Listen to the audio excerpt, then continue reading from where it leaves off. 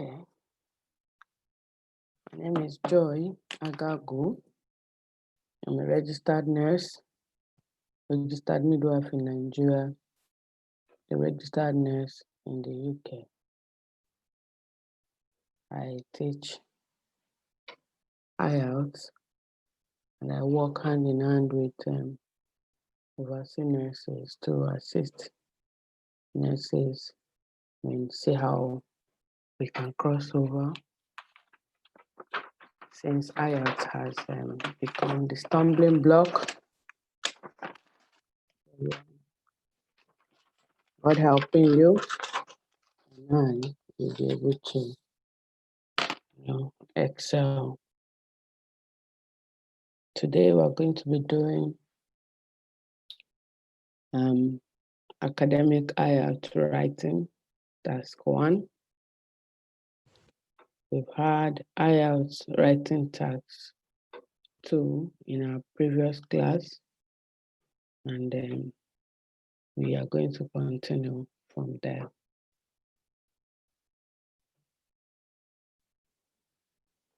So, welcome to today's class once again. We're going to be discussing, like I said, IELTS writing task 1. IELTS writing task 1. I'm just being a bit slow so we can have our people join us.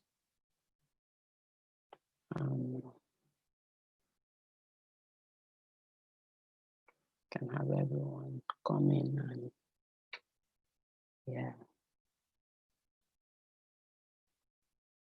So the IELTS writing module is divided into 2. We have the writing task 1 and writing task 2. Right, in the writing module generally, we are expected to put down either a given idea like you have in writing task 1, in your own words, put it down in writing. You are expected to, follow an academic style of essay writing, and then you have certain markers, certain descriptors, certain, band descriptors on which you will be rated. And these band descriptors, we discussed them in writing task 2, and we're still going to be talking about them in writing task 1. That is because writing task generally is rated based on this band descriptor. Okay. So, writing task 1, you're expected to write words in sentences, not, and then in paragraphs, and all of your words are counted. They should not be less than 150 words. They can be more. I usually advise people, if you have between 150 and 170 to 180 words, it's perfect. Because in a multitude of words, errors are not absent. When you have too much writing, you tend to make mistakes in those writings. That's to say, the more you write, the more errors you may be liable to make. So, as much as possible, restrict your writing so you don't write too much. 170 is fine, all right? 180 is okay for me, maximum. That's what you should write. So in your writing task 1, you're expected to write not less than 150 words, and you're expected to follow the instructions. You're expected to do this in 20 minutes. You have 20 minutes. Welcome to the class. When you're coming into the class, you can just give a wave, just wave, you know, so you can, I can know that you're hearing me, you know, that way it makes it really good. Thank you very much. Yeah, so I was saying that for your writing task 1, you have a minimum of 150 words and you have 20 minutes for the writing task 1. All in all, you have 1 hour for writing task 1 and writing task 2. You're expected to spend not more than 20 minutes on writing task 1. This is because writing task 2 is usually more bulky and you are expected to write more words, and there you are expected to use your head, your brain. You do a lot of critical thinking, so you tend to spend more time in writing task 2 than you will spend in 1. Therefore, it is advisable, all right, for you to spend less time in the one with less mark or less stress, all right? Spend more time in the one where you have more work to do. Spend more time on it. And that's your writing task 2. So for writing task 1, you spend 20 minutes and you are expected to write not less than 150 words. Okay, so in writing task 1 as well as in task 2, like I was trying to say, you have what we call band descriptors. Band descriptors. These band descriptors are the things that you are rated, that you are graded, that you are marked, your IELTS is marked on. Those are the things that your examiner is on the lookout for in all of your writing task, so that he or she can decide if you have done the task as you ought to and then give you your marks. All right? That's what is expected of you to work with. If you're coming into the class, just make sure that your microphone is off and your video is on, please. Make sure your microphone is off and your video is on, please, so we can, maintain peace and quietness as much as possible. As the time goes on, you will get to put your mic on probably to ask your questions or make your suggestions and all of that. But in the meantime, let's keep it as quiet as possible in the class so we don't get distracted. Thank you very much. All right. So in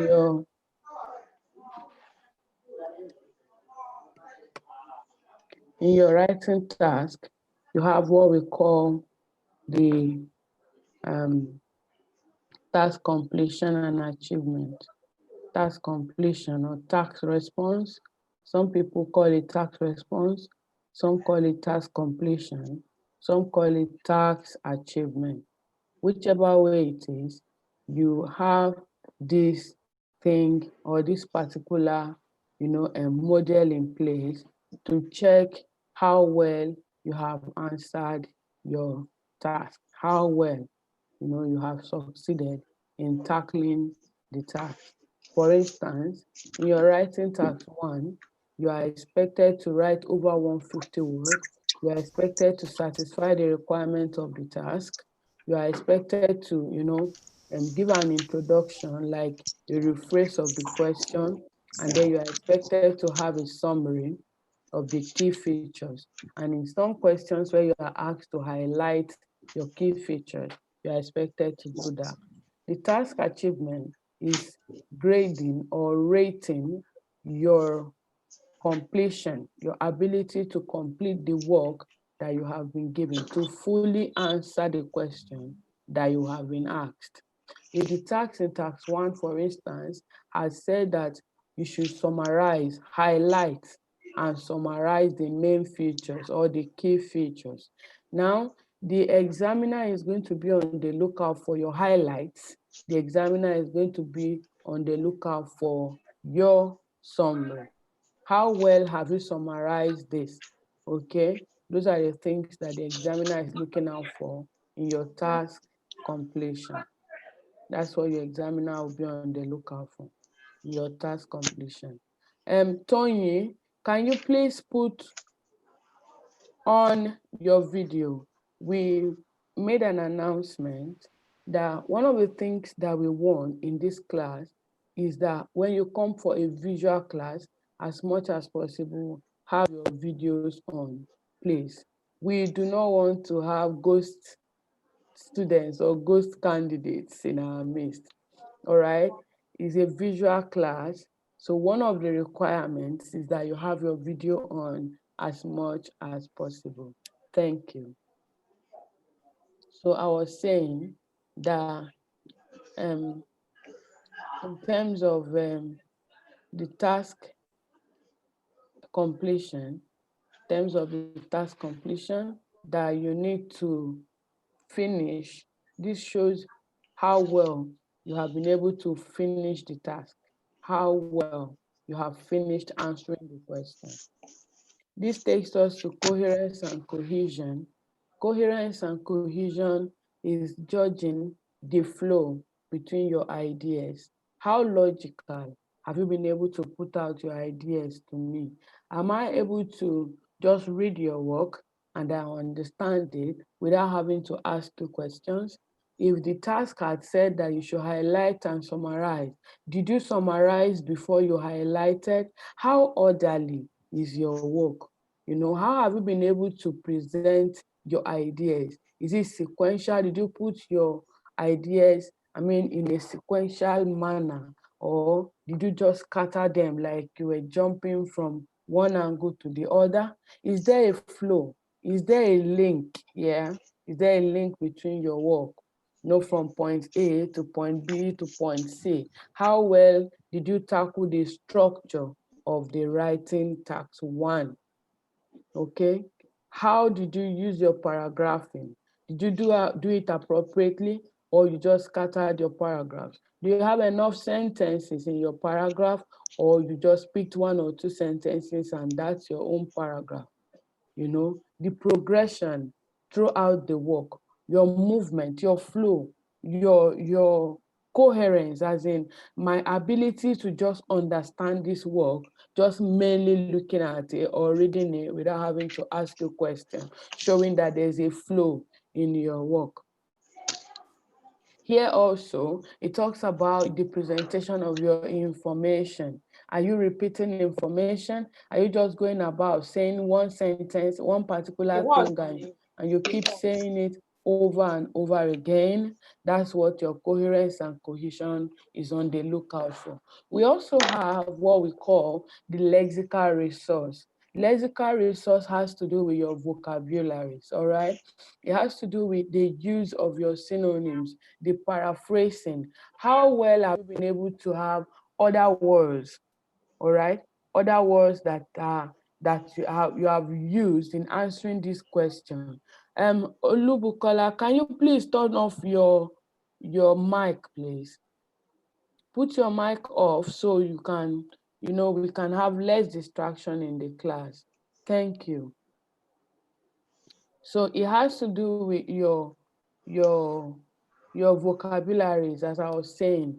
What are synonyms? Synonyms are words that are used. They are words that they have nearly or almost or the same meaning with the words. These words are used to like say something or describe them or list them, but they don't change the meaning. You use it to rephrase a particular sentence without changing the meaning of the sentence.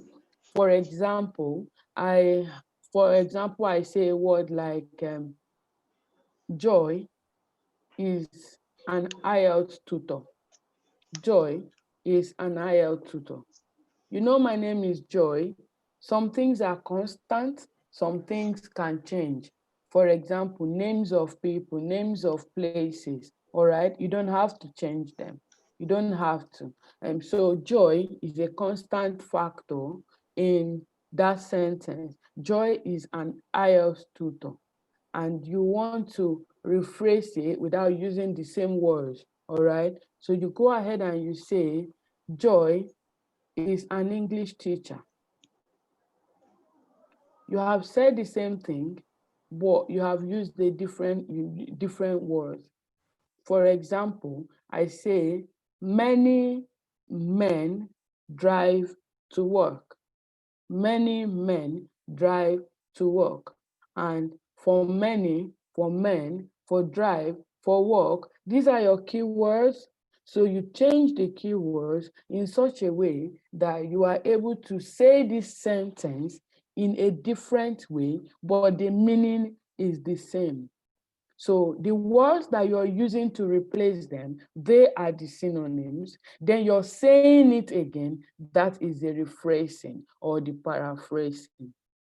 All right. So your rephrase vocabulary, how you show a range of your vocabularies. As much as possible, the IELTS exam, we will encourage that you use very, very, uncommon vocabularies. And that's the reason why you need to learn these things, you need to practice them, you need to look for words that are related and keep using them as you speak with people, as you do your practices in your writing. You need to go over and over them such that they get stuck in your brain. And the moment you are in that hall, you are able to bring them out without any issues, without any challenges. You don't have to think and crack your brain and rob a bank because you want to write the IELTS exam. No, because of practice over time, you are so used to these words in such a way that as soon as you see, similar words or related words, your brain starts bringing them in. You know that we are taught in school of nursing or medicine or wherever, that when we have information, when we are exposed to information, they create what we call pathways in our brain. They create these pathways and they remain there. So if anything triggers the memory, these pathways begin to flow with this information that we have. And that's where the place of retentive memory comes in. So if you get used to practicing them, if you get used to, using them, as you are in that hall or as you do your writing, you find out that they flow without much ado. At the end of the day, you save yourself time and you save yourself stress. All right, you deliver yourself from stress. So, and then this lexical resource also has to do with the use of verbs, adverbs, adjectives to show your precision. The use of, less common lexical terms, items, the use of, writing without spelling errors, writing freely without spelling errors. All right, without wrong choice of words. Okay, so we have been saying that for your lexical resource, for your writing tax 1, it has to do with you rephrasing your vocabularies, your synonyms that you use, your sentence formation and all of that, you having to use the right words, the right choice of words in your sentence formation. Okay, you writing in such a manner that you avoid errors, spelling errors especially. Use of less common lexical resource, less common lexical items, words that are not so common or not so easy to find. The examiners look for less common words and they score you higher marks for them. This does not mean that you should go and look for words that you can't use in the context of your writing. As much as you try to use words that are not very easy to come by, you need to use them in the right context so you are still able to pass your information across without having to make mistakes. Okay, So we go to grammatical range and accuracy for your writing task 1. Grammatical range and accuracy has to do with your sentences. You know, in primary and secondary school, we were taught that we have simple sentences, complex sentences, compound and complex sentences. For IELTS writing test, it is advisable that you use a range of simple and complex sentences. Use more of those two, all right? You need to also produce error-free sentences. A sentence has to be grammatically correct, and then you arrange them in such a manner that you have a well enough structured sentences in your paragraphs. That way you get your scores. So if, for instance, you have the right ideas, but you can't communicate them in the right sentences, how do I rate you? How do I grade you? How do I know that you have the right idea? Your ability to communicate your ideas to me in writing is what makes you a good student, a good candidate. And that's what gives you the right mark or band that you are after. Okay, so you need to, as much as possible, help yourself by practicing this over a long or a period of time where you know that you're confident enough for you to do your exams. Is that okay? So I've said that your writing task 1, you need to, observe these 4 things that we also observe in the writing task 2. But the difference is the fact that they are looking for different things. They are looking for different things. For instance, your writing task 1 expects you to have in your task achievement, completion, or response a number of words that is not less than 150, but writing task 2 says it's 250. For your timing, writing task 1 expects you to spend not more than 20 minutes, but writing task 2 expects you to spend 40 minutes on the question. So they are looking for different things. In writing task 1, part of your task achievement is for you to satisfy all of the requirements of the task, where you have an introduction, a good structured, highlight, and your summary as well.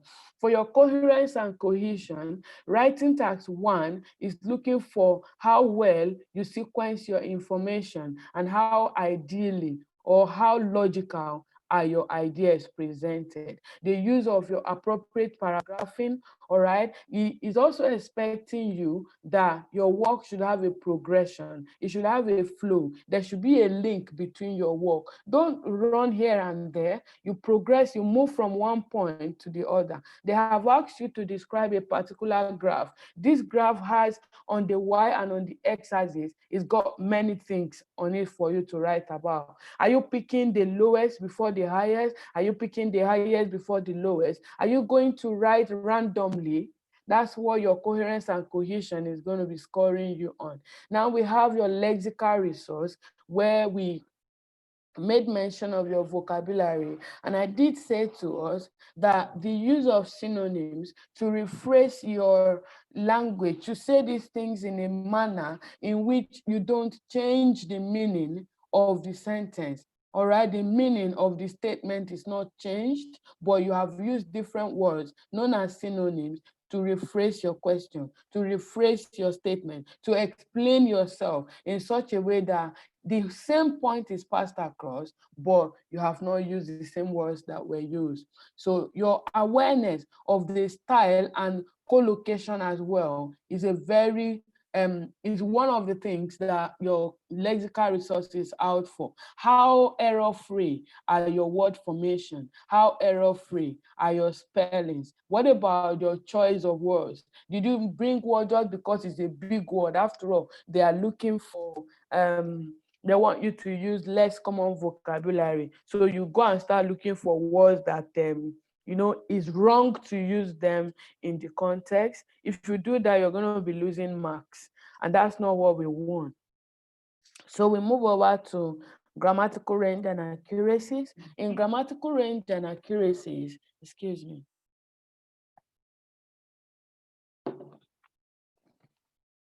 in grammatical range and accuracy, is talking about your sentences, your simple, compound, complex sentences. And I had advised you earlier on that you should use more of the simple and the complex sentences. All right, you need to produce sentences that are error-free, and you need to take cognizance of your grammar, your punctuations, your grammar, your punctuations. They are very, very, very important. Are we okay?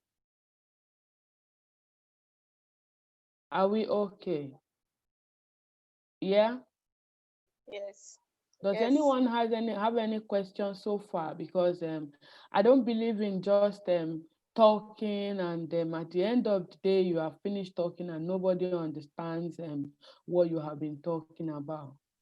Has anyone got any questions so far? If you got any question, please note them down, and then when we get to the question section, you can say what your question is. You can ask that and it will be attended to. And if you feel you can't keep your question, you can type it. I will find it and probably just find time to discuss it, and we'll be good with it. All right. We have said earlier on that if you are joining our visual class, as much as possible, please put on your video. Thank you very much. Put on your video so we can see your beautiful faces. Yeah, just as you are seeing the one of others. So yeah, that's about your band descriptors. Today, we will be talking about the type of, about task one generally, and there are different types of tasks that you are going to be finding. I've given us an overview of what task one is. For the benefit of those that are coming in now, I said that in task one, is going to be testing your ability to explain information that is shown to you. Information is given to you. You see it there. Okay, it could come in form of a diagram. It could come in form of um, it could come in form of a diagram. It could come in form of a flow chart. Come in form of a line graph, a bar chart, a bar graph, a pie chart. Could be a table. It could be a map. It could be a floor map. There are various kinds of tasks that you will find. The good thing is you are only going to see one of them. Okay. You are just going to see one of them in your exam. So the other side of the good thing, I don't want to say the bad thing, is that you may not know what will come out for you. This brings you to a point where you need to practice every type so that you're familiar with whatever type you find. All right. You need to practice every type so you're familiar with it. Here in task one, you must present the information in your own words, all right, as complete sentences within the paragraphs, all right, and you are required to write how many words. That one should be ringing a bell in our head now, 150, not less than 150. This task should be completed in 20 minutes.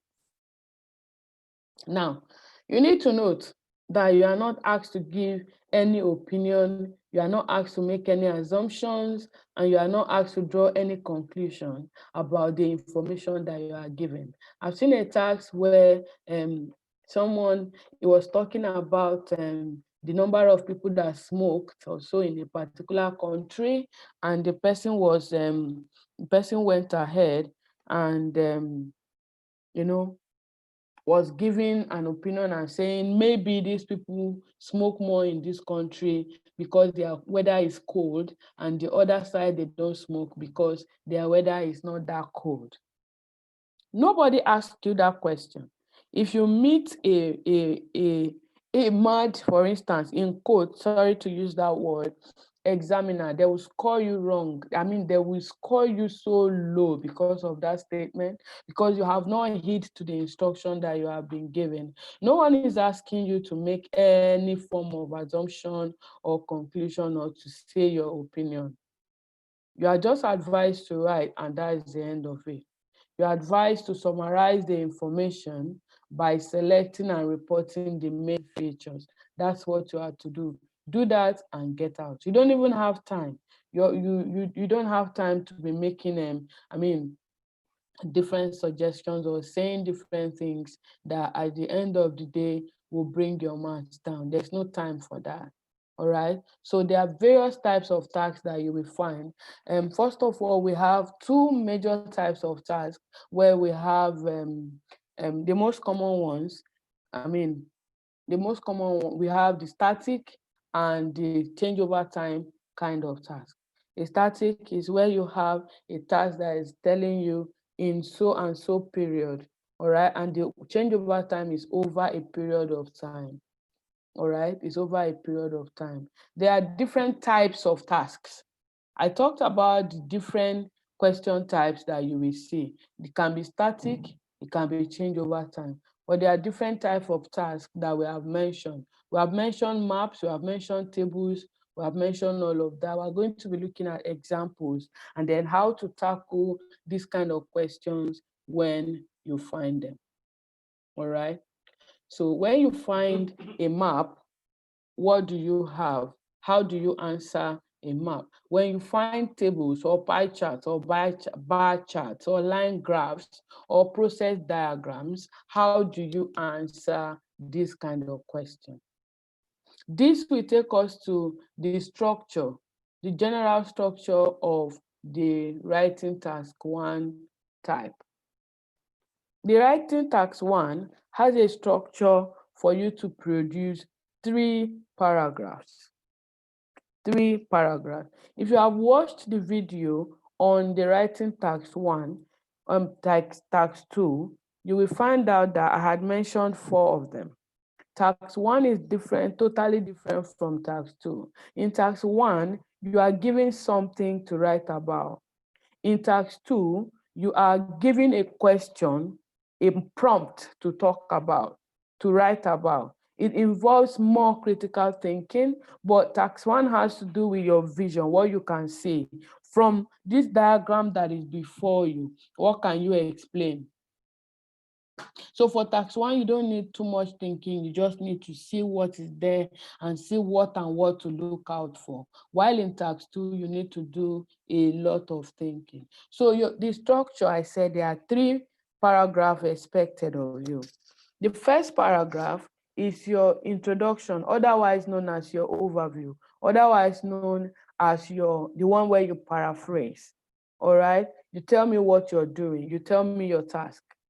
Okay, how do you get this? Is by paraphrasing your general statement and telling me what the task is all about.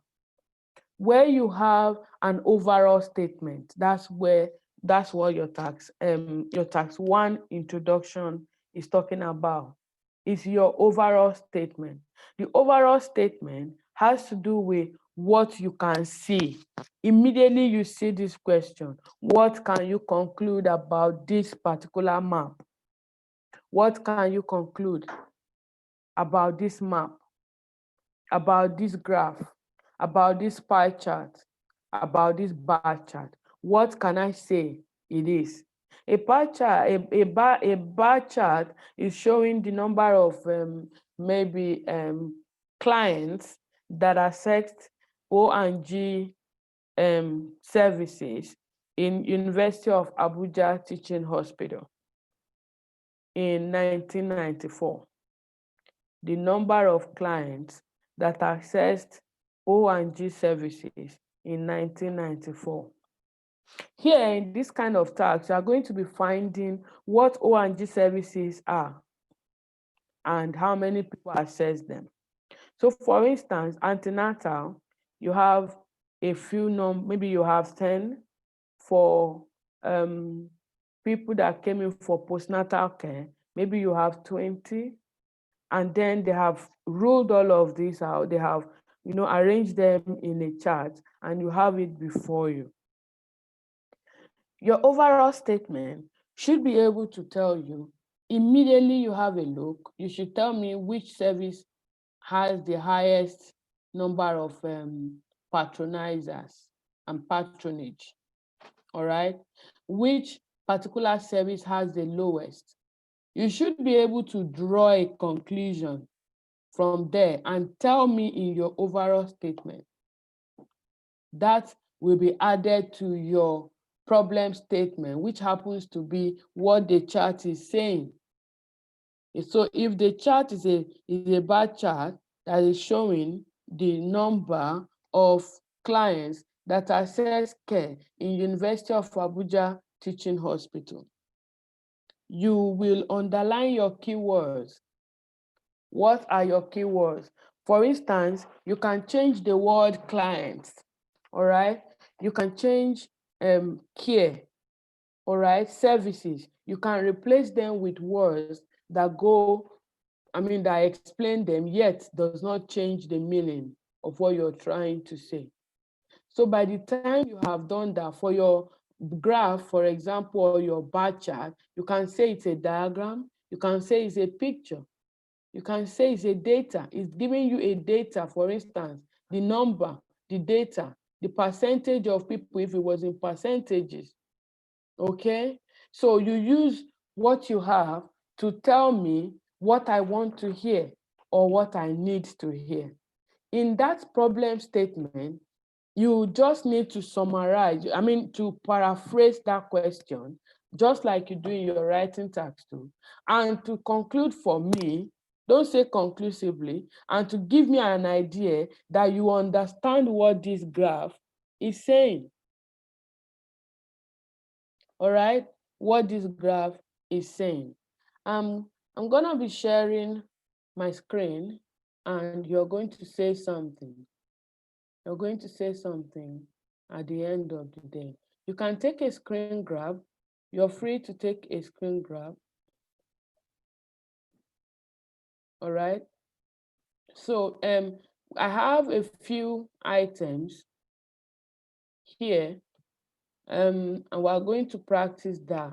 You are going to tell me what you can see on the overall. Overall, what you can see. All right. Here, can we see my screen now? If you can see my screen, just wave and I can see you. Can you see my, perfect, good, thank you. So now you can see my screen, you can see my cursor, the names of different types of tasks, all right? When we have the line graph, the column or the bar chart, I have the table, I have the pie chart. There are others down, but this is the one I just want us to talk about now. For example, this one is showing the first one, the line graph, is showing US public school students membership in millions, all right? This has come from the National Center for Education Statistics, all right? And is a common core of data, that's CCD. Just merely looking at this, beginning from 1990 to 2000, what can you say? What can you say? What can you say? Yeah, if you have something to say, just just unmute. Yeah, peace. What can you say about this, please?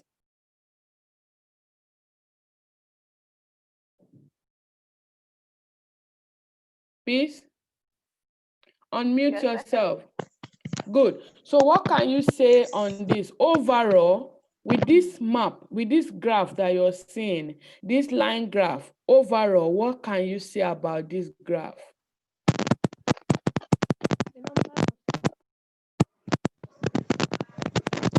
Sorry?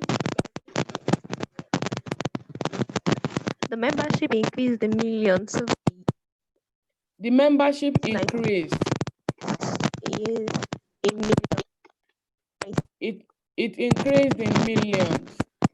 Yes. Perfect. Okay, you can unmute now. You can unmute yourself. You can mute yourself, Gift, because it's quite noisy where you are. Thank you. The membership increased, all right? So overall, you can see that over the years, beginning from 1990 to the year 2000, there have been significant increase.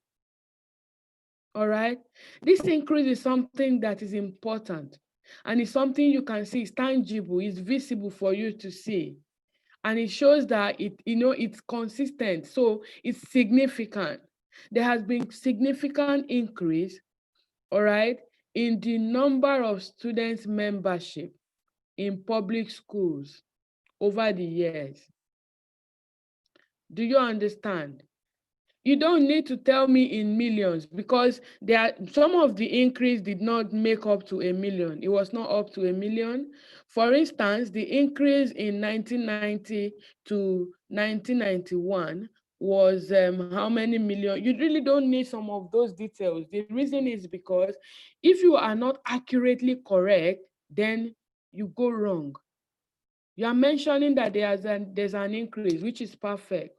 You don't need to say in millions or in thousands, because there may be some of them that is not up to 1,000 or up to 1 million. And if you are too specific, it shows you know too much, or you understand it so well, yet you don't really get the fact, you didn't get the correct number. So to run away from, to escape that, you just don't need to say the particular thing. You can say about or up to about. You get my point? So you don't sound like you are too sure, meanwhile, you are not even right. The membership increase. All right. Look at the column chart or the bar chart. The number of post-secondary school institutions. All right. This is from the National Center for Education Statistics as well. And this particular bar chart is talking about the number of post-secondary school institutions that are public and that are private. All right, public and private. In the Arizona, in Colorado, in New Mexico, and in Utah.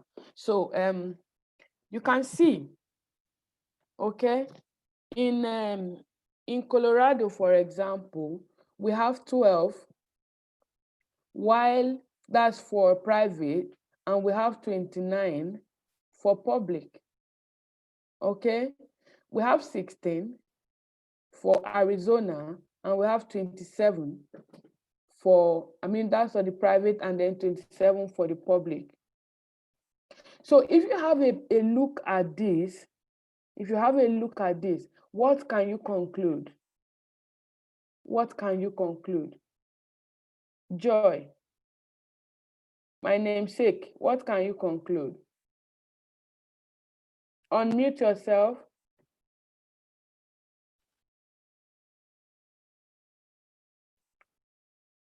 Unmute yourself, darling. I can't hear you. Can you hear me now? Yes, I can. We can hear you. Okay. In my observation, I can say that, sorry, I cannot see the screen, the figures very well because my screen is so tiny. So the blue part of it is the private, right? The blue part is the public. Okay, the public. Okay, I can say that the public school decrease as in the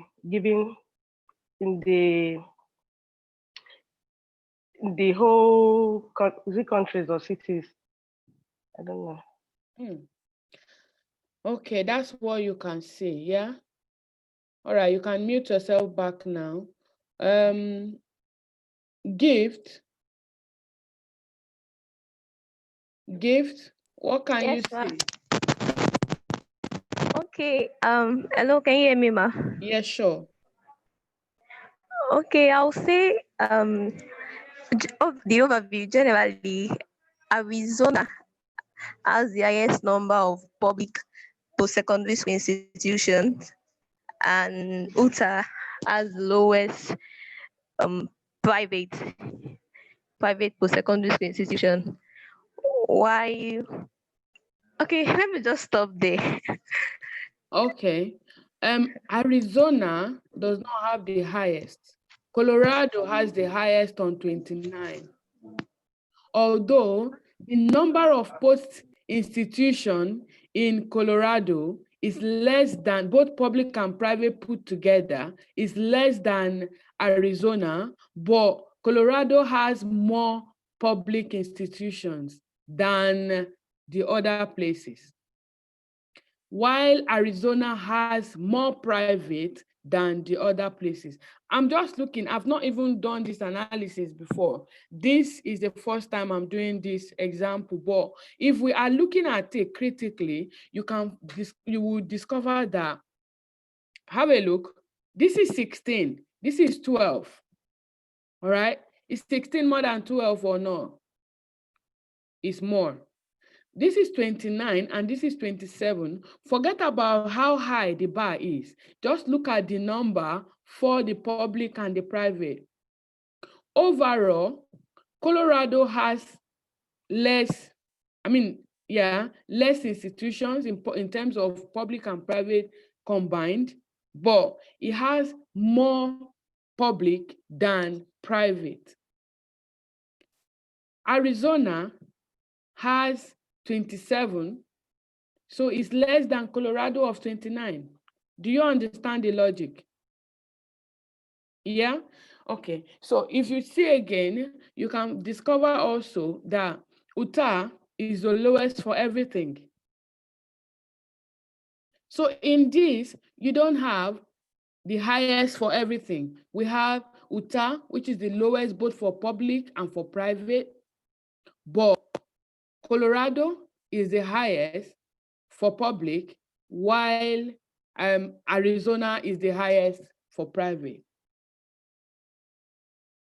You see, it's a bit complex, isn't it? But it's not complex if you are critical in your thinking. And that's why you need to keep practicing. You need to keep practicing. Forget about the height of this bar. That is one thing you need to note when you're doing a bar or a column chart. When you are doing a bar chart, forget about the height, the highest of it, the height of it, how high or what number it's on. You need to look at the height of the different components that make up that bar. All right, just like we just did now.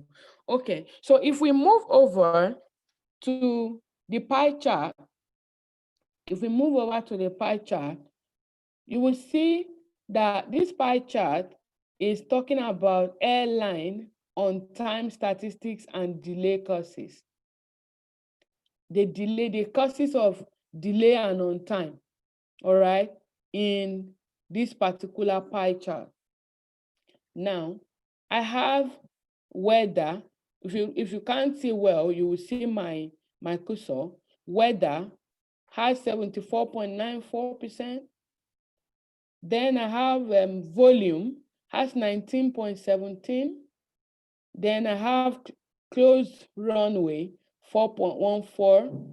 I have other as 1.55%. And finally, I have equipment on 0.27%. If I ask, based on what we've done before, what will your overall statement be for this? What will your overall statement be? What will you tell me that is the cause of delay? All right. What is the cause of delay for your airline, the statistics for delay, the cause of it? How do you want to give me an overall statement for this pie chart? How do you want to give me for this pie chart? I need to see more people. Rosemary, are you in this class? Yes, you are. Okay, darling, can you tell me something about this? Rosemary, unmute yourself and give me an overall statement for this. Good afternoon. Good evening, everyone. Good Well, this is my first time doing this, but overall, I'll say weather is the cause of the delay. Weather is the cause. Yes. Okay. They have given us various causes. So if you want to tell Weather me. is the major cause. Perfect. Then what is the list? The least is the equipment. Perfect. So if you want to give me an overall statement and you pick the highest and the lowest, I'm fine with it. You can mute yourself back now. All right, thank you. I'm fine with it. If you say, on the first look on this graph, on this chart, what I can see is that there are various causes of this delay, but the weather is responsible for the highest percentage, while equipment is the least responsible. It's simple. That would be your overall statement. Remember, that is after you must have paraphrased or rephrased the problem statement. Are we getting the point? Do we understand? All right. So you see this as well. It's the same thing for all of them. The same thing for all of them. You have to have a look and see which one is the most obvious. In this table, for instance, in this table, we have a table that is talking about purchases and the number of, the percentage, purchases and their percentages. So we have DVD 5%, books 10, going out 15, transport, food and rent. In this very table, what can we say? People spend their money more on what? What is carrying the highest? People spend more money on rent. Thank you. And then less money on DVDs. DVD. Let me give you a practical example of where people go into errors or where we make errors.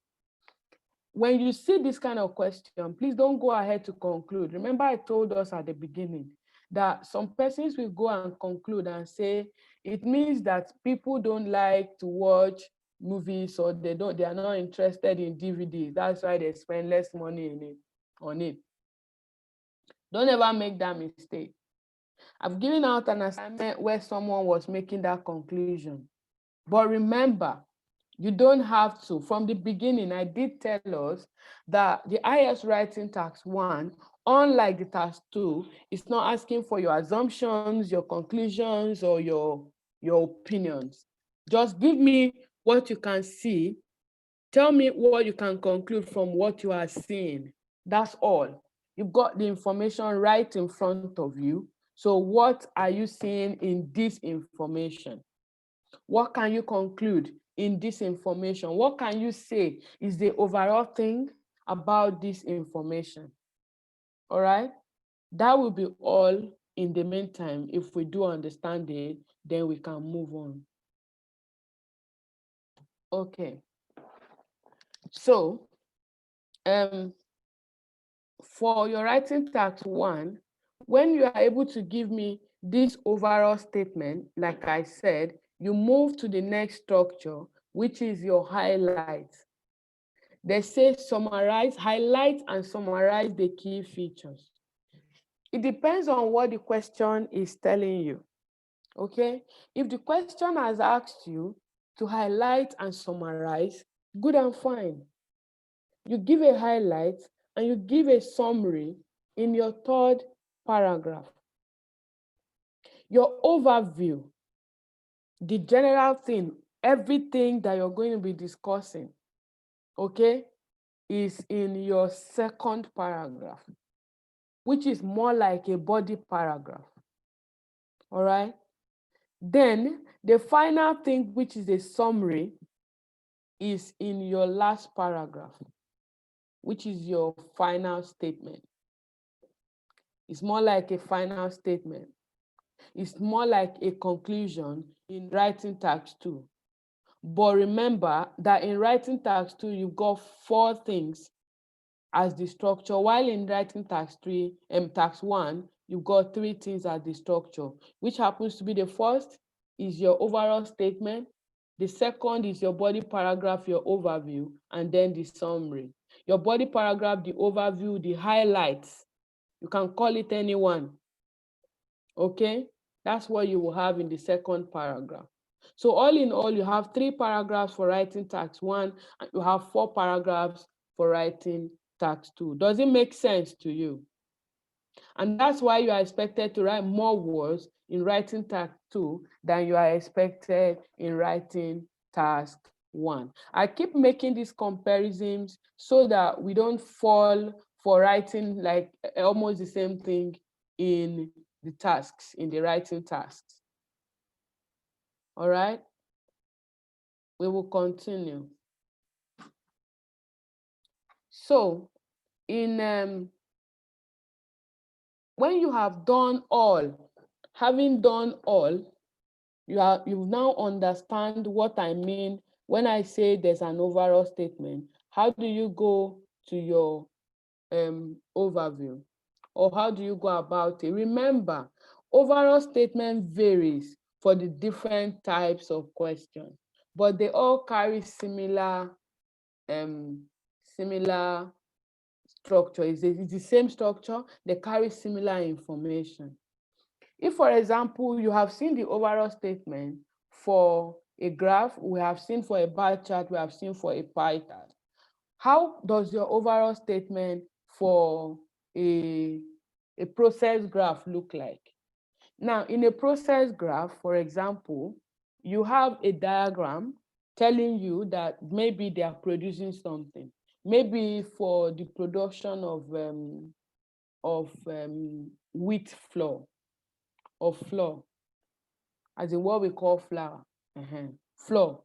You are expected to explain the processes. There are various processes, from getting the wheat to maybe removing the back, the shelling it and all of that, all right, to one process or the other, to the milling, to grinding, to filtering, to drying, and then to packaging, and finally maybe to distribution and to to consumption.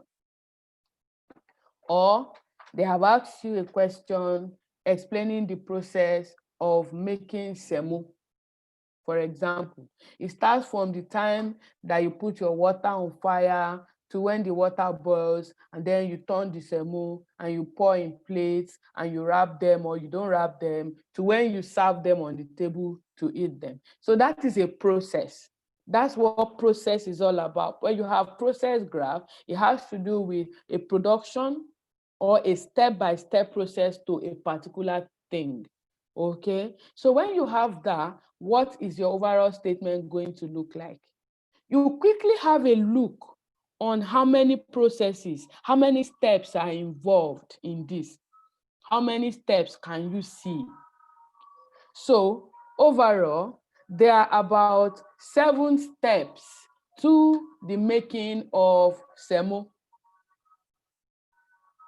There are about 10 steps to the making of flour. There are about 15 steps. Don't be too sure. Don't be too rigid. Be very flexible, because your examiner is also grading your flexibility. Remember, I talked about your precision. Okay, so there are about how many steps? These are the things you should mention to me in your writing task 1 overall statement. When you do that, the examiner is going to be looking out for these steps, how you mention them in your main writing, in the main body.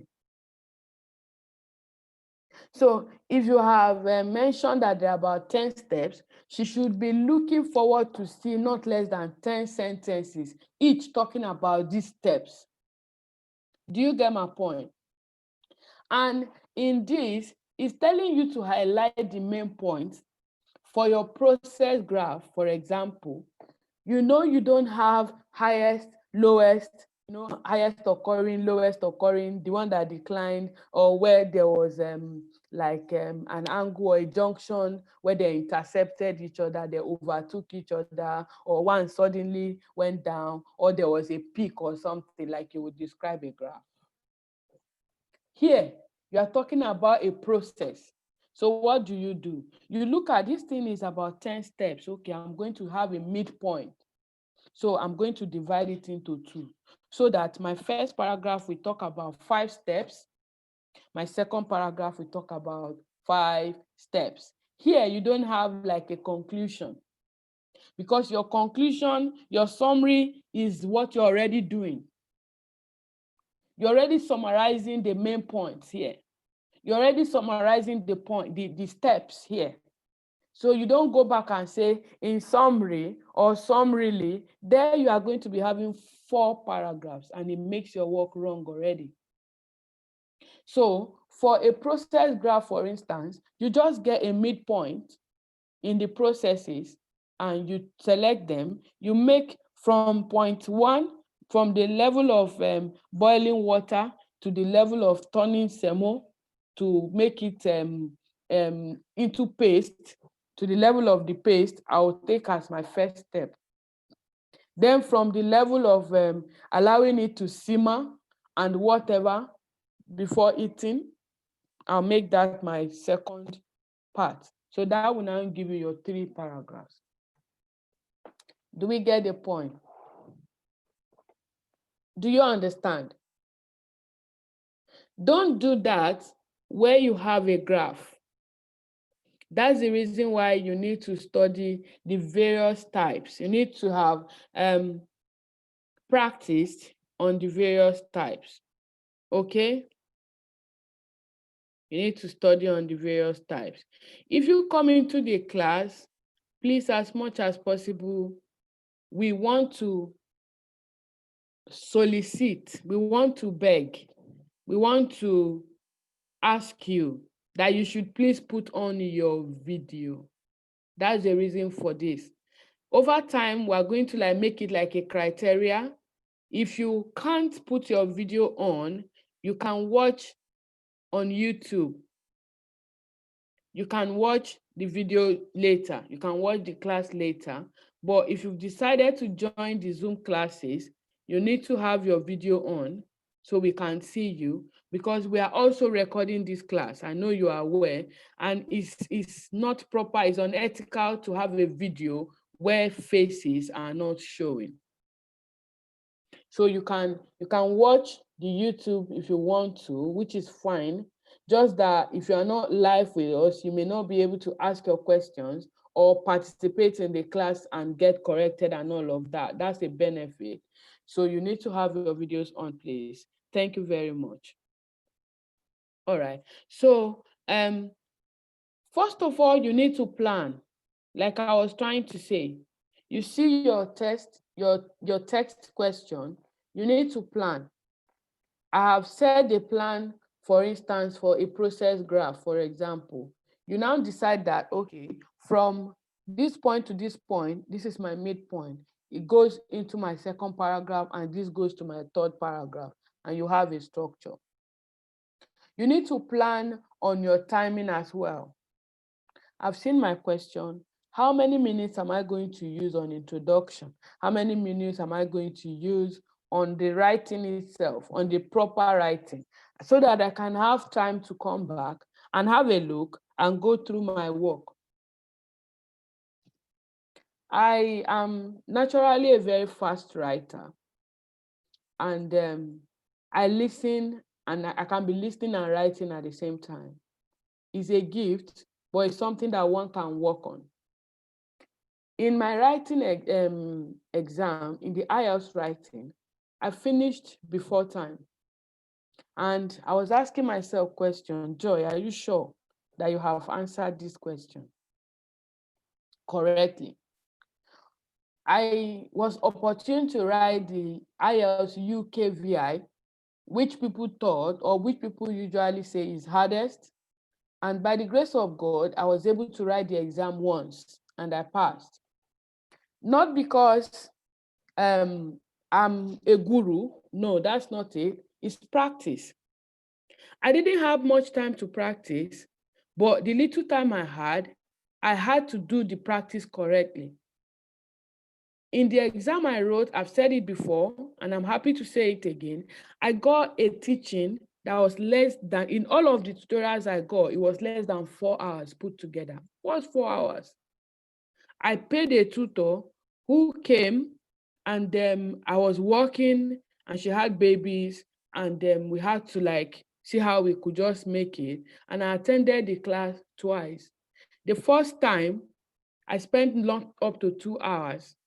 The second time was my mock. She gave me mock. And that was it. After that, I started writing on my phone. I got Microsoft Word on my phone that was helping me with correction of spellings. That will help you. If you have it on your phone, it will help you. Correction of spellings, suggestion of sentences, it does that a lot. So it can help you. There are IELTS apps that used to be, now most of them have been taken off from App Store. I don't know why, but you need to keep practicing. That's what I'm trying to emphasize on. You can't just listen to the class and you don't practice. And that's the reason why I bring in the class work where you are made to, do like a class work where you can interact and get correction immediately because it will help you. So you need to plan your work, all right? You spend a few minutes to plan your work and you spend a few minutes to write, a few minutes to go back over your work. Spend about maybe 2 to 3 minutes analyzing and planning the task, about maybe between 10 to 15 minutes in writing it, and you have time, a bit of time, to go back to check what you have written. That should be your overall plan of the work. Now, there are step-by-step approaches to this work, to this writing. One major thing you need to do is to read the task very well. Read the task very well. Paraphrase your keywords in that instruction. Then you need to work out what type of information is this. Is this a static task? Is this a change over time period kind of task? All right. Decide whether it is a static or a change over time task. Okay. You need to know whether you are to use numbers or percentages. Like in the examples I gave, you saw that there were percentages in the purchases. There were percentages in the pie chart, but there were numbers in the first one. In the one we talked about, the public and, no, not public, the one we talk about post-secondary, there were numbers. So you need to know, so you don't go and be writing percentages when nobody has asked you percentages. They will mark you wrong because they say maybe you are setting your own question. It's you and the village people that are setting the questions for yourself and answering it. All right. So you need to be clear on what type of task you have before you, whether it is a task talking about numbers or percentages. Identify the highlights of the task like I made us to do. I made us to identify the highlights. What are the highlights? What are the points that you can easily pick? The ones that are visible, tangible, you can see it as soon as you just see this task before you say, oh, this arrow goes higher than the other. So obviously, this has a higher number or percentage than the other. You need to identify it because that will help you in your overall statement and in your explanation as well. Dorcas, if you can mute yourself, please. Your background is quite noisy and is distracting the class. Thank you. Thank you. If you go to your setting, it will tell you where you can mute yourself as you enter a class, so that when you're coming into the class, no matter the noise in your background, it will still be mute so you don't get to distract whatever is going on in the class. So you work out your overall summary. There should be 1 or 2 key points that should enter into your overall summary, maybe that you should mention in the task. And then you plan the structure of your answer. You plan the structure, all right? Plan the structure. You group your data, like I did for us, or that I made us to understand in that process graph. You group your data. This is the one I'm going to write about first. This is the one I'm going to write about second. In some instances, you have a graph that is carrying maybe a bunch of activities, and some are outdoor and some are indoor. You need to group them so that it can give you a quick overall statement and it can help you in your explanation when you're picking the highlights and you're summarizing. Then you go ahead to write your question and you proofread your work as the time permits you because you have had a plan. Why must you make a plan? It's very, very important to have a plan before you start your writing, because it will help you to ensure that you cover all the areas, okay? You cover all the key data. It helps you to maximize your score for the task achievement. Remember that if you don't finish everything, you can't score the right marks. And in addition, it helps you to organize your data logically as well, which will now increase your score for coherence and cohesion. Remember I said your ideas, how logical are your ideas? What's the flow between your ideas? Is there like a friction or something? Do I have to be like scampering here and there if I have to read your work? Is your work arranged in such a manner that there's this connectivity, there's this connection between them? Are you moving from point A to point B to point C to point D, like in a process graph? Or are you moving from point A to C, then back to B, then back and forth? It's confusing if you do that. So you spend at maybe 2 to 3 minutes doing this so that you can have a good, don't worry, don't say, for me to pause and be planning is going to take time. It's better to sit and plan and do the work in accordingly and get your mark than for you to write shabbily and you have filled your book with so much writing, yet there's no mark for it. When writing your report, you are supposed to highlight the key data and not just list the data. Don't list them. Don't list them. A lot of us make that mistake. Many people make that mistake. They just tell you for in 1992 it's 45%. The number is 14. This. No, you highlight them, meaning you need to write about them, not just saying them. Not just pam, pam, pam, no. Then you need to use your cohesive devices to join them together in sentences, making a paragraph or paragraphs. All right?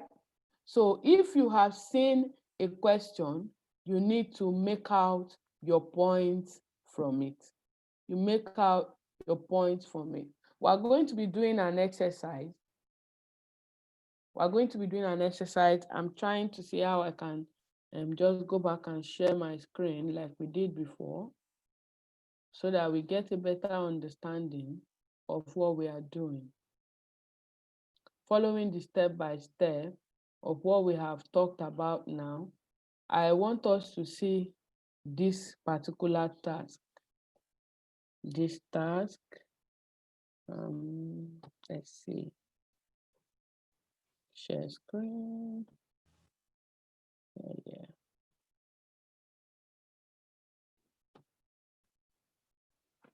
Okay. Who can see my screen?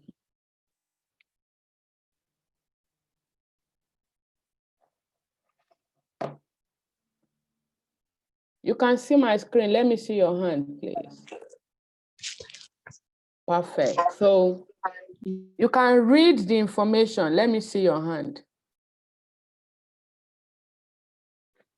On your phone, you can make it bigger. You can embolden it. Yeah. You can take a screenshot and then you use it. That will not take you away from the class. Okay?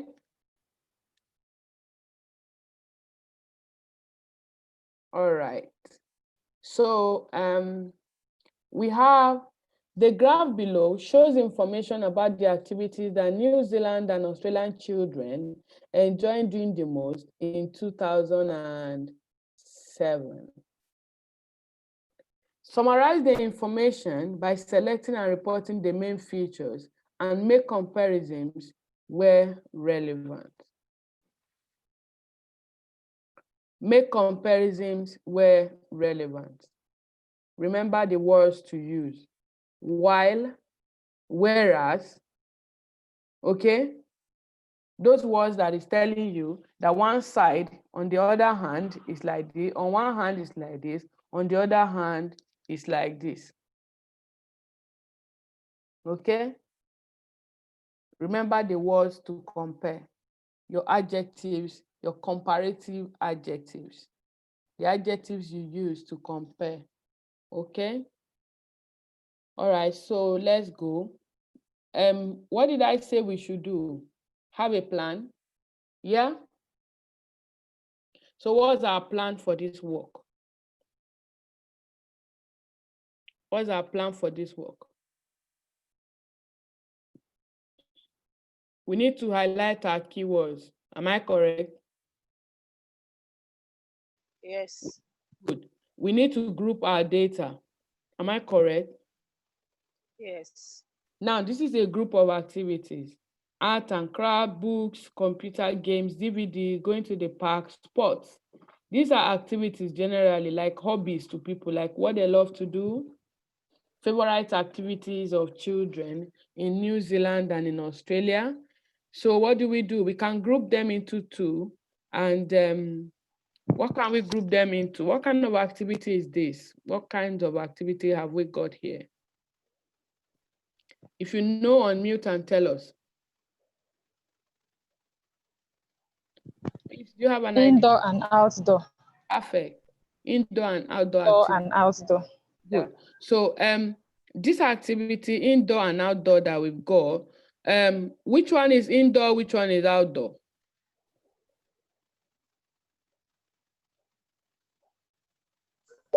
Outdoor include going to the park, One. sports. Can While anyone else give indoors, me? Yeah. Anyone else? Going to park. Going to the park. We have heard it. Another one. Sports. Another one. Arts and crafts. Okay, so you want me to take art and craft as an indoor or No. outdoor? Is indoor. Art Is and craft is indoor. It can't be outdoor. Yeah? You have to go outside to play sports, but you don't have to go outside to do arts or crafts. What about books? What is it? Can be both. Indoor. You stand under the sun to read your book.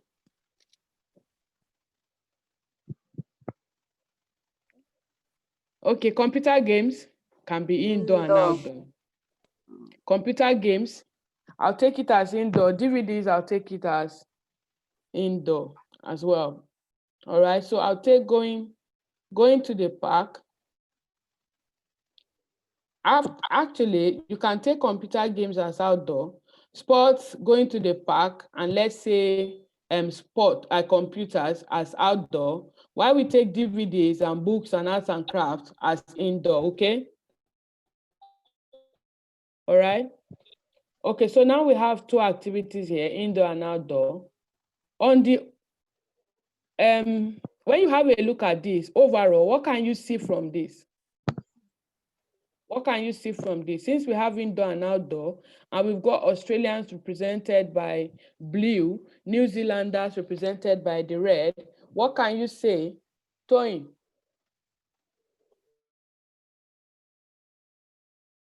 Toyin, do you have any idea, please?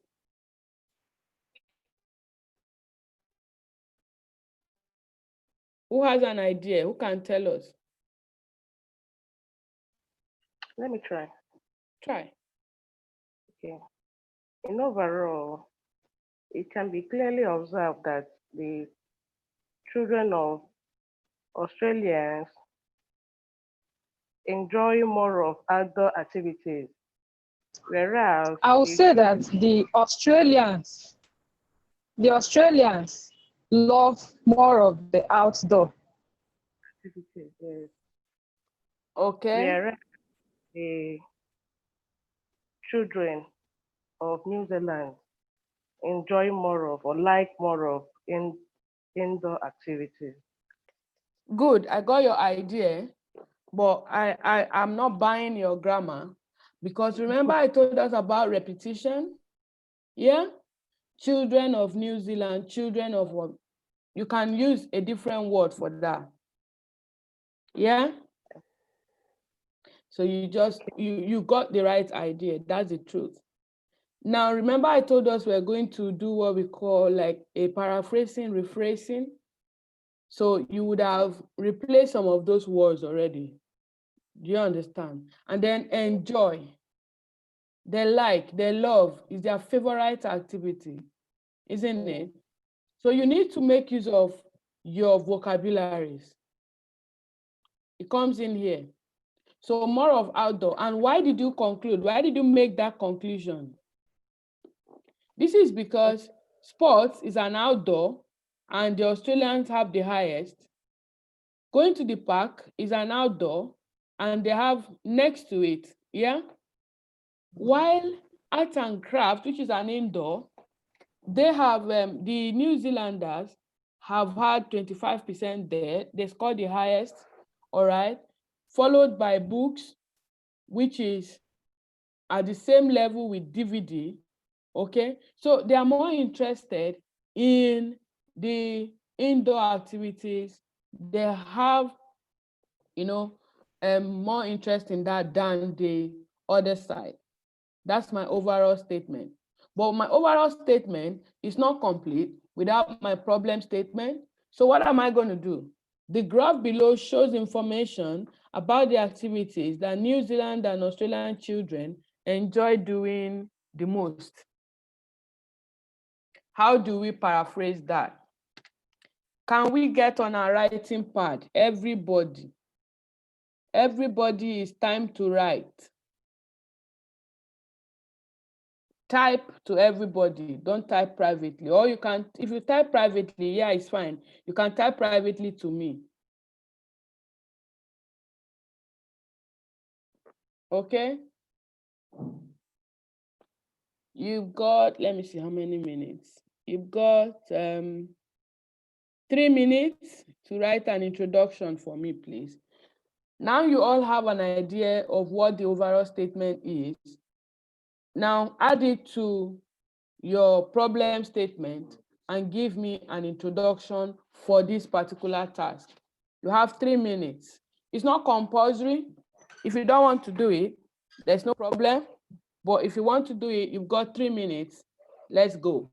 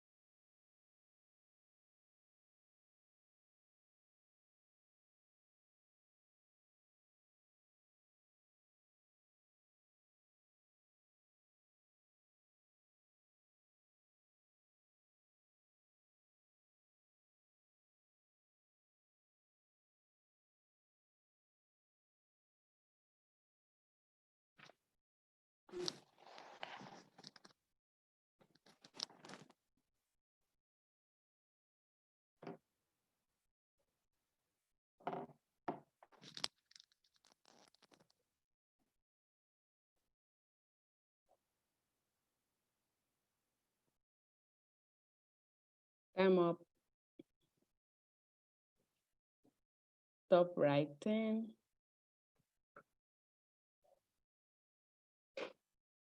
Okay, let's see what we've got here.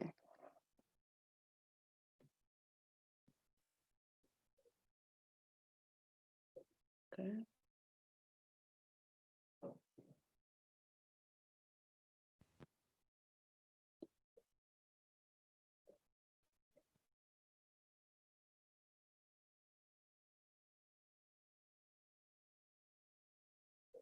Okay. Send whatever you have written. Don't worry whether you finished it or not. Just send it.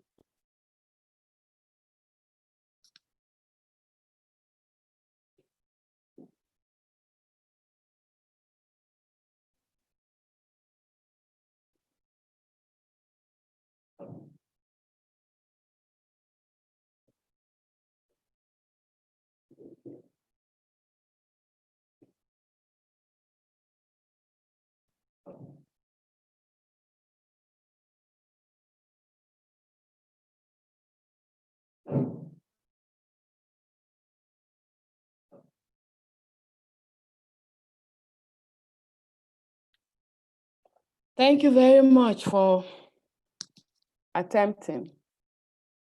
Thank you.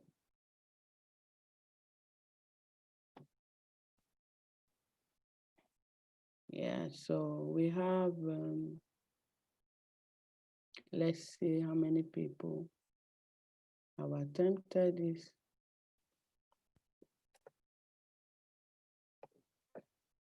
Okay, Peace, Rufia, Tosin, Aisha.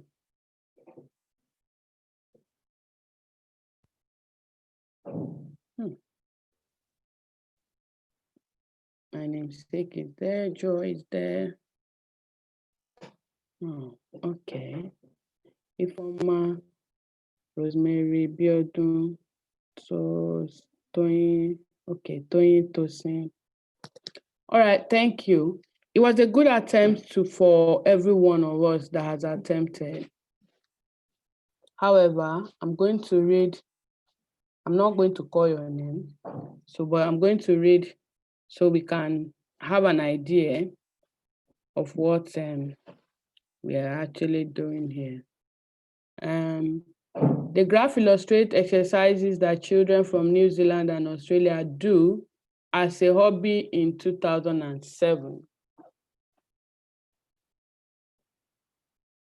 That's an incomplete statement because of what we said we should do, but that's a good first part. Thank you. It's a good first part. I didn't say it's perfect, but it's a good part of your overall statement. The graph given indicated both the indoor and outdoor games that the children of Zealand and Australian children like doing the most and the least. Wow. They like doing the most. You should stop there, please. There's no need for the least, and then your grammar as well. I'm your examiner. I don't have an idea about this, so you don't expect me to understand what you have written. Judging this by grammatical range and accuracy, I'm going to score you really low. You're trying to give me something, but you're not clear with your explanation. You need to work on your grammar. You got the idea, good and fine. Another thing is, if you are going to mention the graph given indicated, that's wrong. They both the indoor and the outdoor. As we are typing, I know that there can be some typo sometimes, but this obviously is not altogether a typographical error. Please let's work on our grammar as well. The above graph shows the activities enjoyed by the New Zealand and Australians in the year 2007. Overall, it can be seen that the Australians enjoyed outdoor games. I can't hear you, ma. Can't hear you. Is there everybody that cannot hear me? Can you hear me? If you can hear me, wave. I think the problem may be from your background there. Have a look. I don't have any connection issues here. Please have a look and get back to me if you still can't hear me. All right, so overall, it can be seen that the Australian enjoyed outdoor games than children from New Zealand. This is fair. This is fair because at least I can say you completed the task. I wanted an introduction. You've given me one, but you need to check for repetition of words. Repetition of words. That's going to cut your mark down if you repeat your words too much. Enjoyed activities.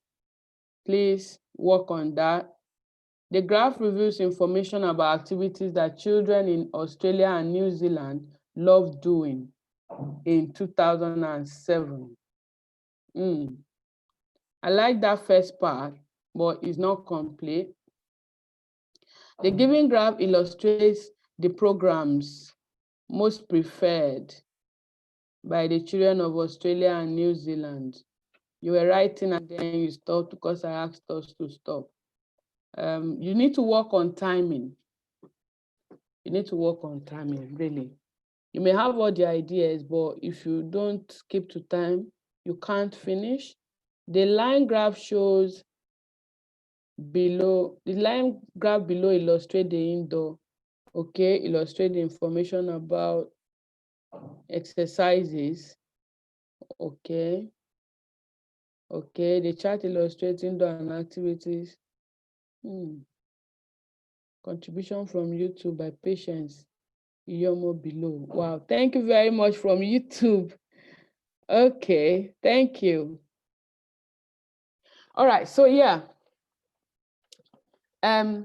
you are doing a good job for starters. You are doing a good job, but you are not yet there, and you need to keep doing this. If I were you, like I had asked you earlier on to take a screenshot, you can go ahead and rewrite this again. I already treated it with us. I just wanted us to give me back what I had given you. Obviously, we need to work more on that because if you are able to write a good introduction, you have, they said first impression does what? It matters a lot, goes a long way. Yeah, first impression. If you write a good introduction, sometimes from what I have heard stories, examiners don't take too much time, going into reading details and all of that. If you give them a good introduction, they're like, oh, this one knows what he or she is doing. They go to your conclusion, your last paragraph, okay?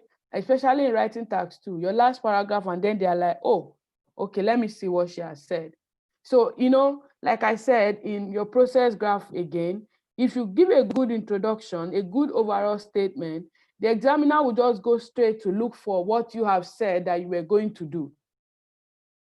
Here, you said overall, the Australian children were more interested in outdoor activities than indoors, or the other way around. Now, I'm going to be looking for your explanation of these outdoor activities while you mentioned the Australians.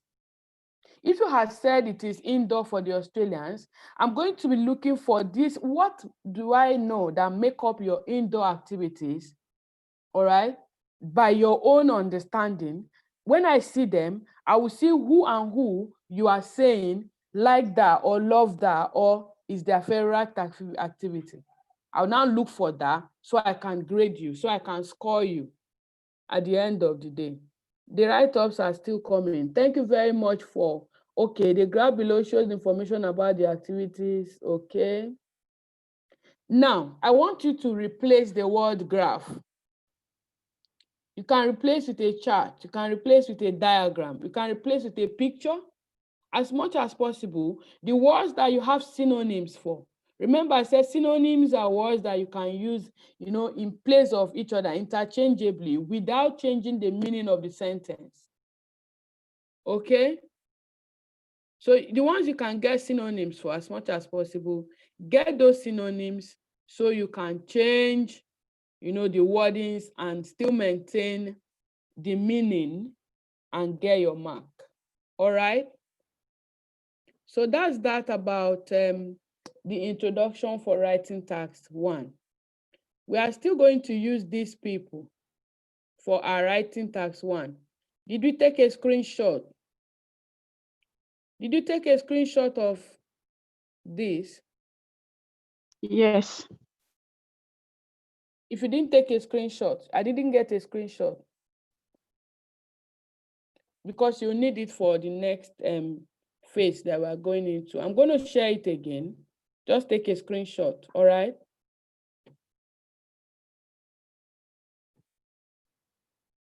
Take a screenshot.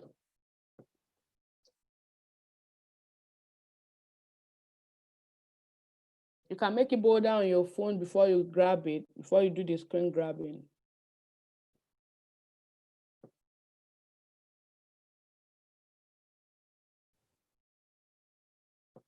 Done.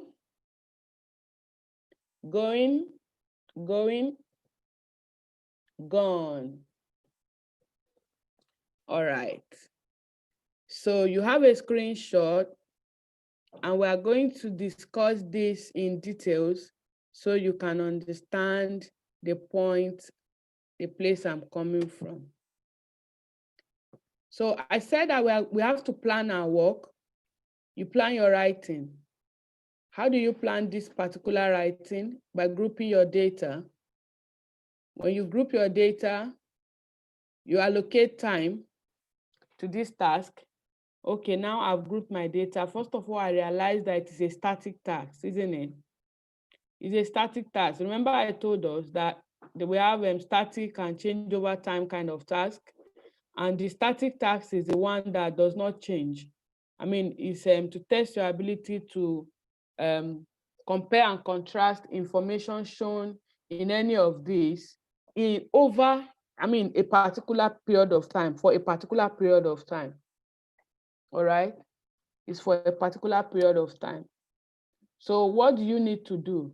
You need to know what kind of English, what kind of grammar you're going to be speaking or writing. You are going to use both past and present tense. So you need to choose one. You can use past and present. So you need to choose one.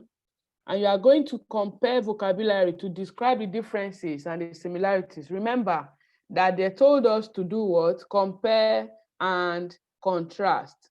So you will use vocabularies to describe the differences and the similarities of the data. Are there similarities? What are similarities? The places where both of them had the same, score, they had the same number, all right? In about 2 activities there, they had the same number, okay? What about comparisons? You are comparing the highest on one side to the highest on the other side, or to the lowest. Yeah, we are discussing maybe the outdoors, for instance, now, the outdoor activities, and we discovered that the Australians have 27% in one, for example. I'm not looking at it, and then maybe 25 or 24 or 20 is the one for the New Zealanders. Here, you are going to make similarities. You are going to tell me the differences, all right? You are going to tell me the differences between them. What kind of words can you use? Which one is more? Which one is less? All right? Which one is higher? Which one is lower? Okay? Those comparative and superlative, the syllables, the ones that we can say, for instance, you have high, and you have higher, and you have highest. So who have the highest score, and who has the lowest among the numbers, among the people? So which one is more interested in what? You are going to be using all of those superlative phrases and words to describe your work. So we have written, or it's assumed that we have done the introduction to this work. Now we are going to go into the body itself. We're going into the body itself. Now, in the body for this particular kind of task, we have 2 people, all right? And there are 2 ways of answering this question. One of the ways of answering this question is that you can choose to pick one side, talk about them, and then pick the other side to talk about them. Aisha, can you hear me? Okay. You can choose to take one, discuss it, take the other, and discuss it. That's one way. And the other way is to do both at the same time while you are making comparisons in between. Looks like, in this case, it's now looking like you have two graphs. You have made the second graph from your head. On one graph, you have the Australians, and on the other graph, you have the New Zealanders. Or on one graph, you have indoor activities, and on the other graph, you have outdoor activities. That way, you are going to be discussing both New Zealanders and Australians in one graph for outdoor activities, and you are going to be discussing them on the other side for both for the indoor activities. Now, both ways are correct. The easiest is to choose them, the countries one after the other, and discuss. Nobody is going to give you a lower mark. From experience, I have discovered that when you go back and forth, you tend to maybe miss out on certain important information that the examiner is on the lookout for. And if you miss what he or she is looking for, to them, you have not answered the question, meaning you are going to lose your marks, meaning you will lose your mark. So if you will discuss both sides, you discuss one side for both activities at the same time, it's okay. If you are going to do that, what do? We need to brainstorm on the activities themselves and pick them out. Then we go ahead to write our answer. So for the Australian kids, Australian youngsters, Australian youth, depending on what word you have chosen in place of your children, all right? Depending on what you have chosen in place of the children, you need to talk about the activities, the most popular activities among them. We have the sporting activities, am I correct? Sporting activities among them. So after sporting, which one is next? Can we list them?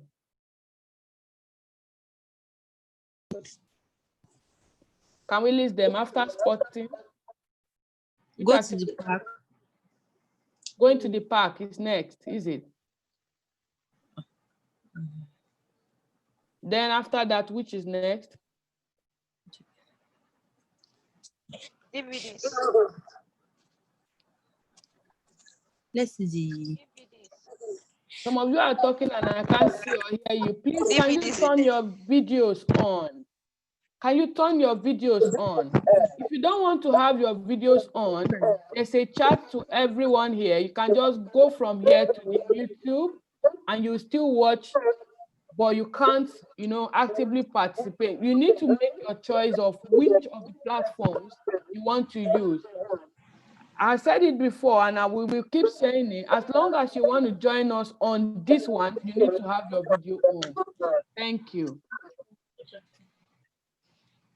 Okay, so we have DVDs. For the Australian youth, we have sporting activities, visiting the parks or going to the parks, followed by DVDs. All right. Which other one again? Book. Computer games. Computer games. What about reading? That books. Art and crafts. Art and crafts. So now you are going to give me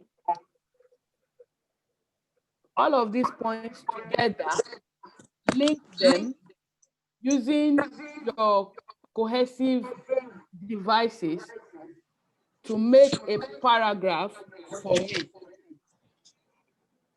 All right? So the Australian youth, their most favorite activities, the highest for them accounted for 28%. Am I correct? Which is the sporting activities, yeah? 28%, followed by what? Visiting the parks, responsible for how many percent? 25%. Then the third most popular among them is DVDs. what? Perfect. How many? We have more than one. We have more than one. I think we have how many carrying the same percentage? How many do we have? 2. Computer games and DVDs. Perfect. Both of them are 15%, right? Yes. So you need to join that together. Then the list of them is what? Arts and crafts. What are their percentages? Over 5%. Over 5%. One of them is exactly on 10%, is it? Yeah, that's books. Good. So we have listed them. Can you quickly, like we did before, deal with the Australian kids for me? Write it down in the next 5 minutes.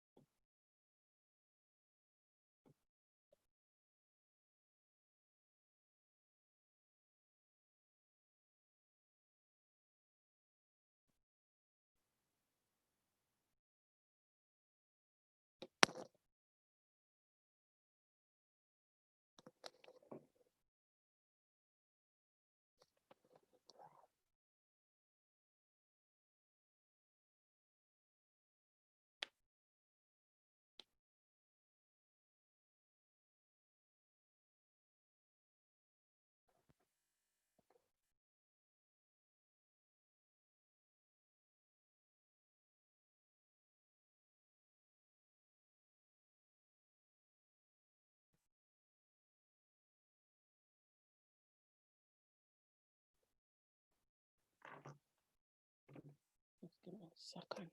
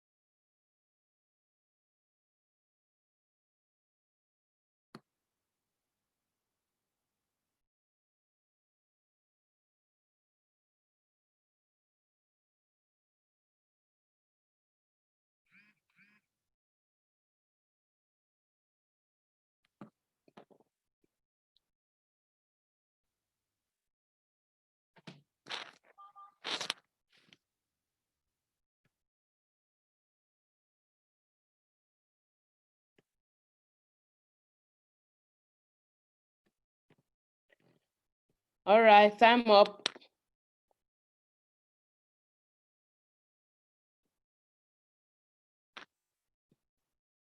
Send in your work.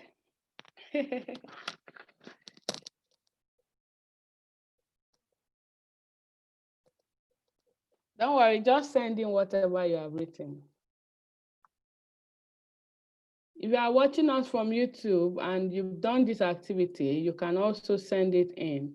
Just type the message there and we'll have a look at it. Type it in the comment box, yeah?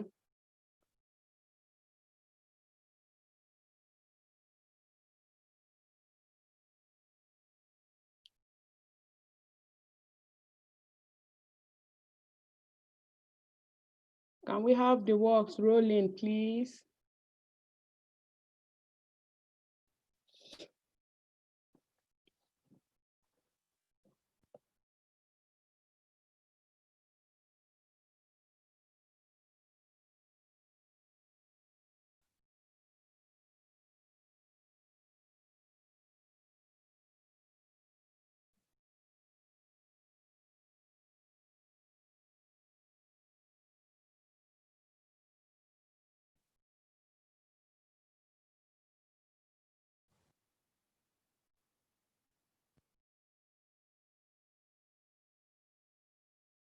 Thank you for your contributions.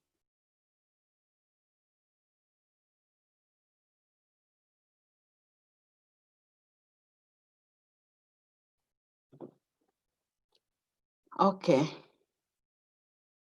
So the favorite game of the Australian youth is sports with 28%, followed by going to the park, which is 25%. Then DVDs and computer games stood at 15%. Reading books and art and crafts are 10% and 10 and 7% respectively. All right, so you were able to get out the points for your grammar. Then DVDs and stood at 15% each, 15% each, please. And you don't just start a sentence with the favorite activities.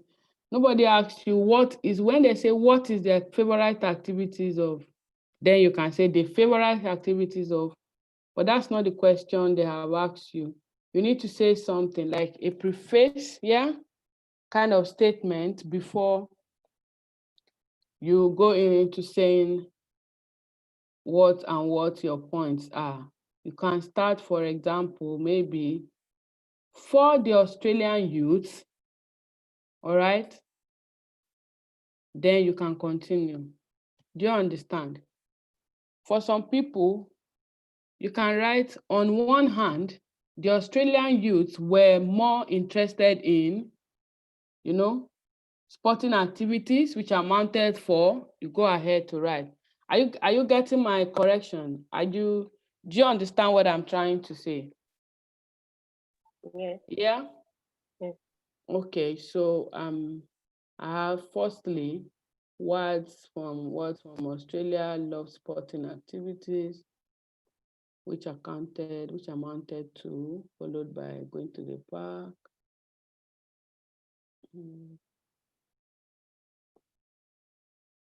The good thing about what I'm reading, the good thing from what I'm reading here is the fact that you understand the point that we're trying to make.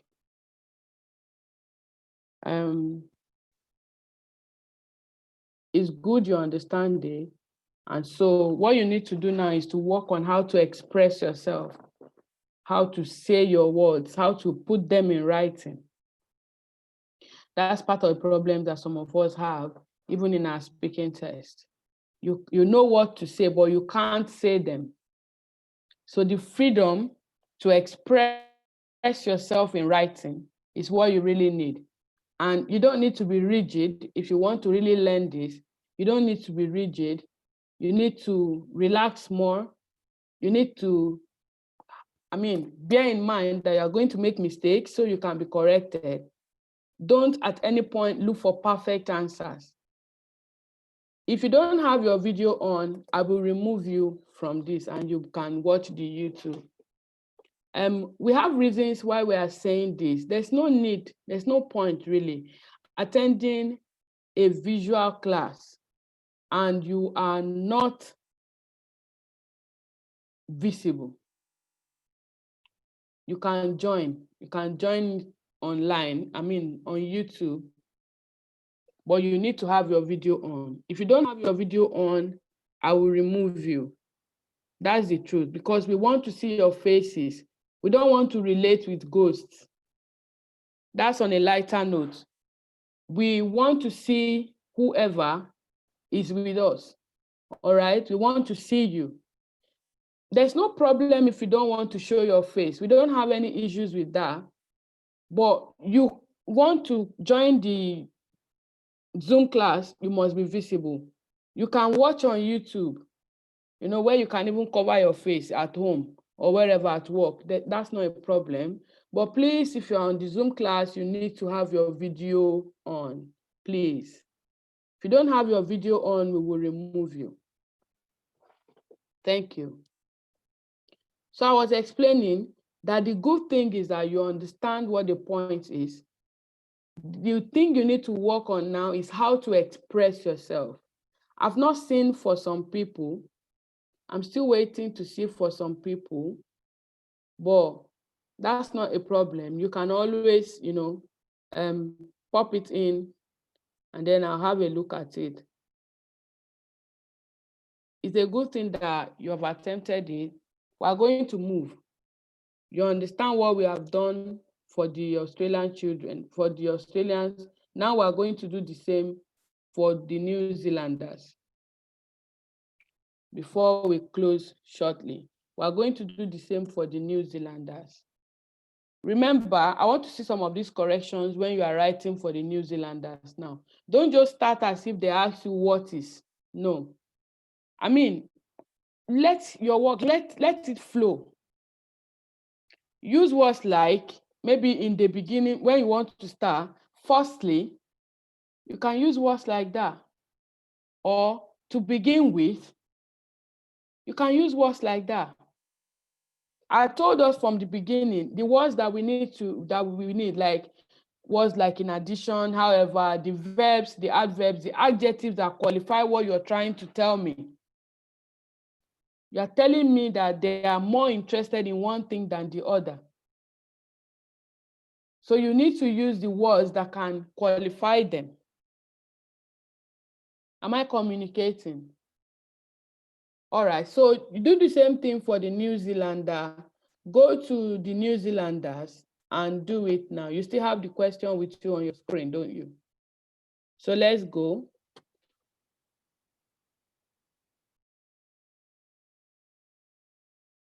I'm still reading the comments as they are coming in, so you can keep it flowing.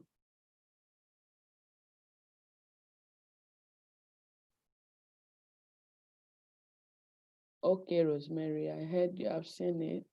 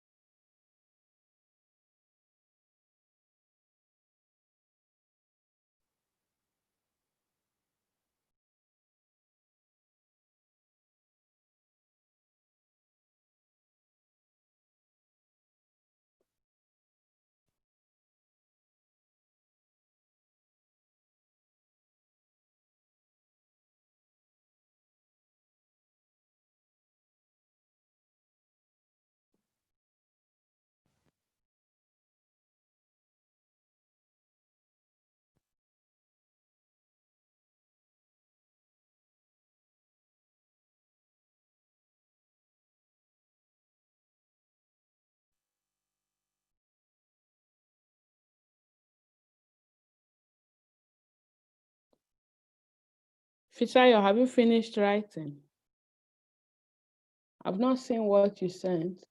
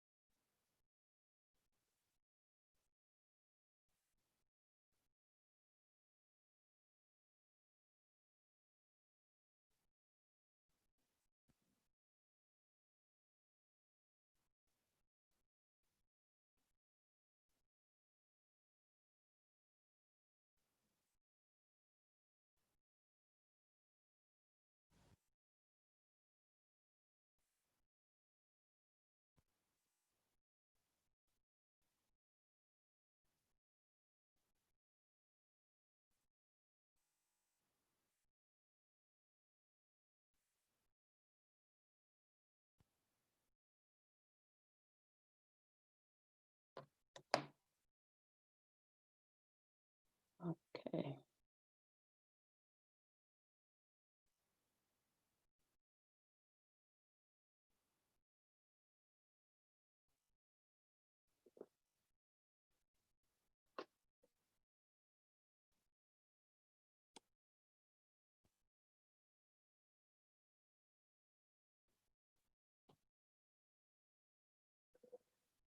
Okay.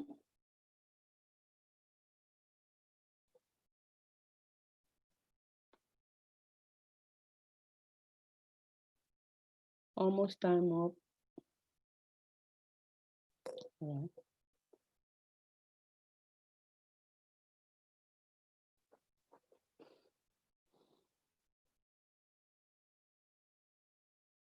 Please put on your video, please. Turn your videos on.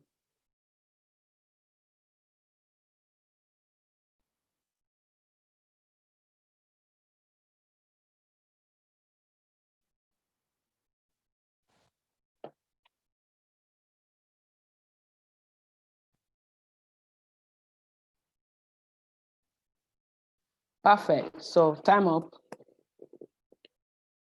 I like the fact that one of them that had used firstly in the first paragraph, that's the first body paragraph, had also used secondly. It shows that there's a flow between your work. It shows that you know what you're doing. But you still need to work on your grammar. And like I said, I think this is a bit better than the first one that you wrote. Computer games was at 15% while going to the park, and sports was at 12% respectively. You have a history of your chart. If you join your introduction and your first and second body paragraphs together, count the words. Count the words. That's the final concluding part, the final part I'm going to be talking about. Count the words and see how many words have you been able to come up with. If you don't have enough words, you need to write more. You need to be more expressive. You need to relax more in your writing. Don't be too rigid. Don't be stingy with words.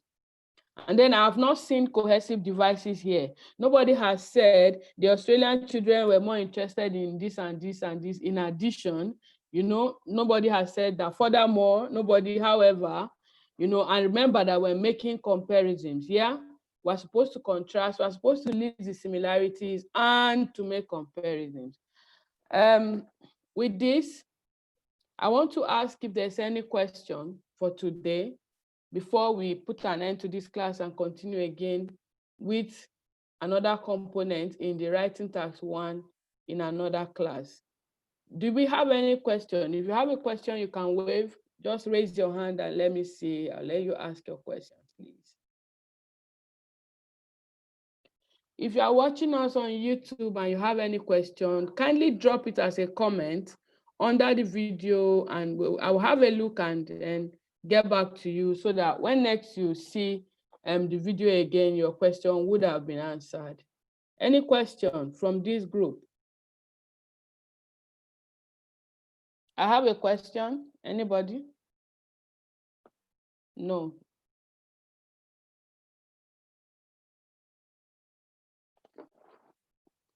Okay. When you don't have a question in a class, it means two things. It said that the lesson was perfectly understood, or you don't understand what the tutor has been saying. So which one? Do you understand? Do you understand? I'm still confused a little bit.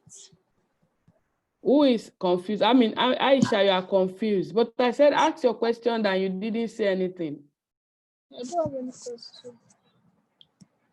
Who else is confused? What's your confusion? Ask your question. What's the question? What's the question? Ma, you said we should use, is it connecting devices? Yeah. You said we should use connecting devices, but I don't know. I feel everything is already getting bulky. I don't know. Bulky. What and what have you written? Huh? I've not even seen your work. Oh. I've not seen your work, Aisha. I didn't finish. Eh? My not finish. You see what I'm saying? So if you had written, I will know where to come in and correct you. That's where the problem is. All right? If you don't make the mistakes, you can't get the correction. Okay, ma. You need to write, then I can tell you, okay, this part is not supposed to be there. Let's cut this out. Let's add this. Let's do that. And at the end, you come out with a near perfect or a perfect answer.